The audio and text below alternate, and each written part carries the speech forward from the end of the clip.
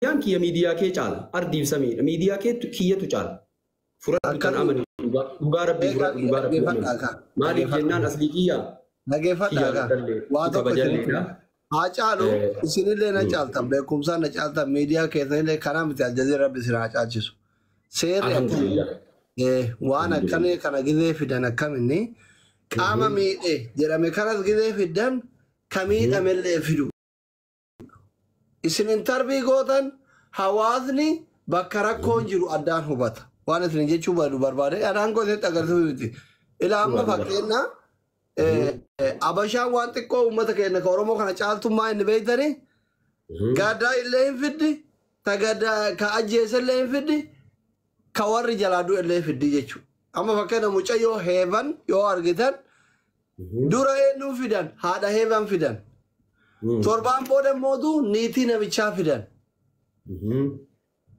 amma isin qaama seeraa kana poolisicha kana yoo fiddanii haasofsiiftan sheeti kana yoo fiddan torbe itti aanullee fiddaniituma aboo viidiyoon kee tokko akkatti uummata baay'ee shororkeesse namni guutuun ufu wallaale anuu ufu wallaale maaliif akkasitti tumamtee jettaniituma gaafattanii haasaa isiitirraa namni waan fedhe hin tilmaamaa jechuudha.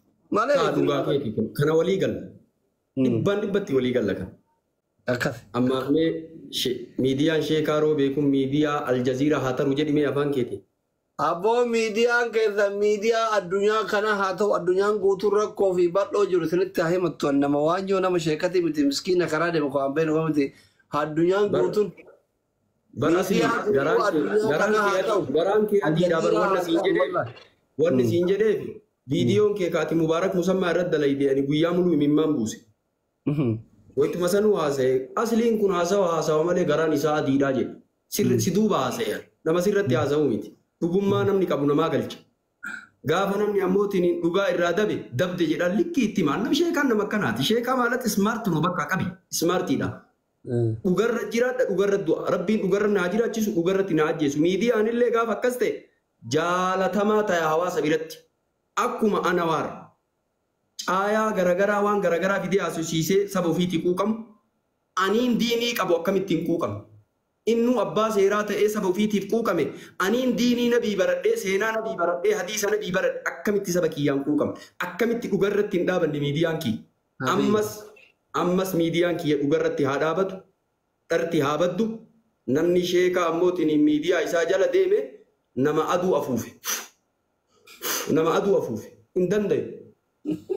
hin dandayu har'as hin danda'u boriis hin dandayu dhibbaan dhibbatti beekee irraa galuudha qaba maarree namni tokko ammootiin ka biyyaati ka addunyaati ani ka addunyaa ta'uu barbaada ka ganda keessaa ta'uu barbaada ka oromiyaati miti ka addunyaa isinii ta'uu barbaada maal isinumarraa dhaladhe saba keessan keessattuu islaama saba oromoo islaamaati haa ta'u gaafa akkanatti ammoo hayti dubbatamte atamma haqasirraa fudhadhe haqati jirtu nama kana fidde torbaan illee mucayyoo san fidiyaa sochiisitte haga danda'e tattaaffii kiyya ni godhu hin dalayni hawaasa kana atis hin dalayni anis hin dalayni hawaasa kana ganaa gabbuunee haa dalaynu quuqamnee haa dalaynuufi dhugamaan hawaasni fuulduratti nu laala dubbiin ammoo nurraa baatu laala quuqamnee hawaasa kana haa dalaynu ganaadha hin dalayni.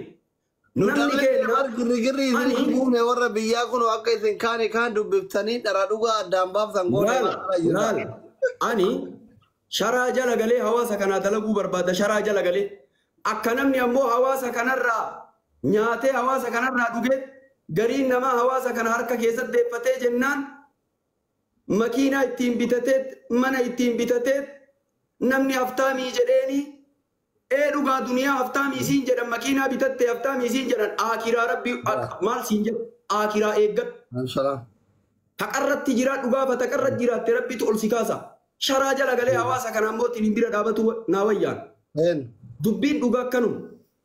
Aliika mbeeku wallahi nama Ali Abubakar mbeeku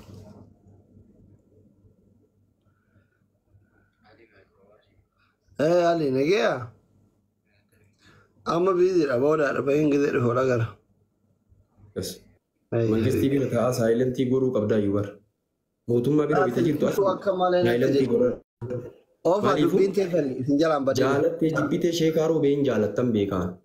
Keessuma keetiin jaalatta. Jaaladhu ammallee borillee jaaladhu iftaan illee dhiisin. Maaliif jennaan haga ammootiin dhugarra jiraadhe na jaaladhu. Yoo dhugarra an ba'e gaafa sana ammootiin bakka kana waan akkanaa qabda jedhii keessaan nu gorfadhu. Keessaan si gorfadha. Nuti diinaa waliin hin kennine. Nuti ammootiin sabboonummaa keetiif si jaalanne abboo sitti himna. Gaafa FB 300 si jaalanne sabboonummaa keetiif. Eenyuma ammoo gurraachi kun asirraa akkana godhatu jedheera. Haasawa namtichi kun abbootiin saba Oromootiif akka akkana haasawu dhiirri ima jirtii jedhe. Siyyuun beekwaan. Eegana baradhee dhufeet rabbiin har'a bakka tokko nu teessisee akkana waliin nu haasofsiise. Gaafa ati dhugarratti ammoo hundooyte namni si jaalata. Gubbaa ati dubbattu kana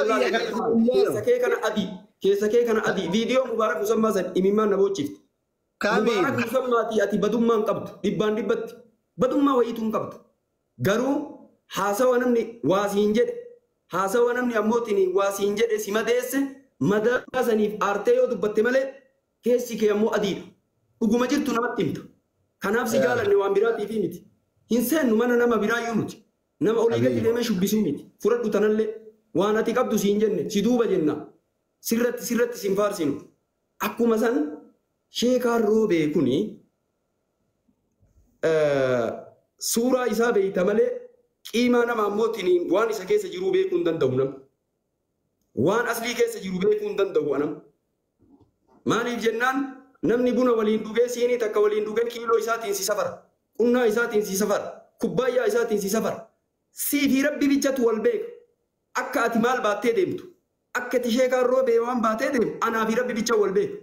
Hawaasni keenya ammoo wanni ta'e gadaa kana keessa garii namaatii dubbiin hin galle cidhaallee harkadhaa du'aallee harkadhaa. Mana taaziyaatti iliin hin jedhani hin booyan malee. Dubbi torka wal fakkaata. Cidhallee hore ilililil jedhe. Du'allee hore ilililil jedhe. Dharaallee harkadhaa dhugaallee harkadhaa. Deemtee dharti yoo namni itti baay'atee baay'inni namaa dhararra jiraate homaa dharti sun deemtee lafa jala baddi. Dhugaan xiqqaattullee nama sadi bira yoo jiraatte dhugaan olum. Rabbitu quraana keessatti dubbate anaa miti. Dharaa harka dhayin dhugaadhaa harka dhayi. Nabitu jedhe yaa rabbi haqa ta'uu nu barsiisi jala deemuu nu laaffisi. Dhara ta'uu nu beeksisi irraa baqachuu nu laaffisi yaa rasuulii rabbi. Kanaaf waan ta'eef jabaadhu aslii waan nu toltuuf qabda. Har'allee jiraadhu borillee jiraadhu. Jiruutee hawwin.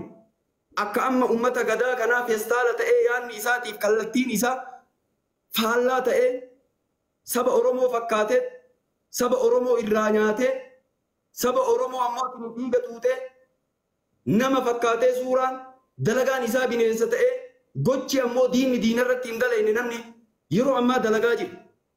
Kanallee rabbiin taatee duraan isaan dhoysanii Oromoo saba Oromoo kana nyaataa turan har'a rabbiin ol baase turillee zulmiin namni zulmii dalagu ol baati harkaa ol baati.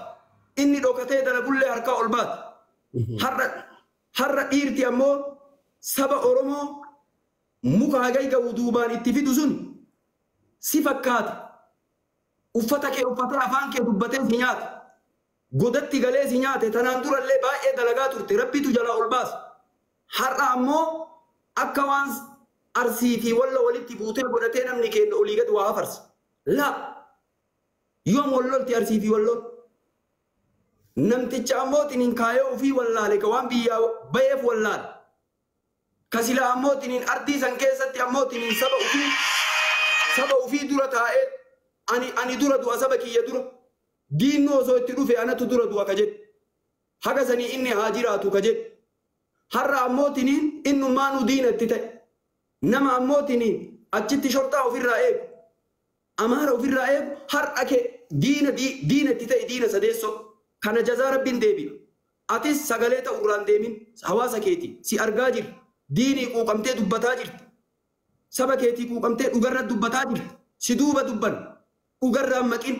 Nama aalimaati akkuma bootaa kennite kana xiqqaa haa ta'u guddaa haa ta'u nama qaala Allahu azza wa jalla qaala rasuulullahi jedhe kabajatu isaan mala.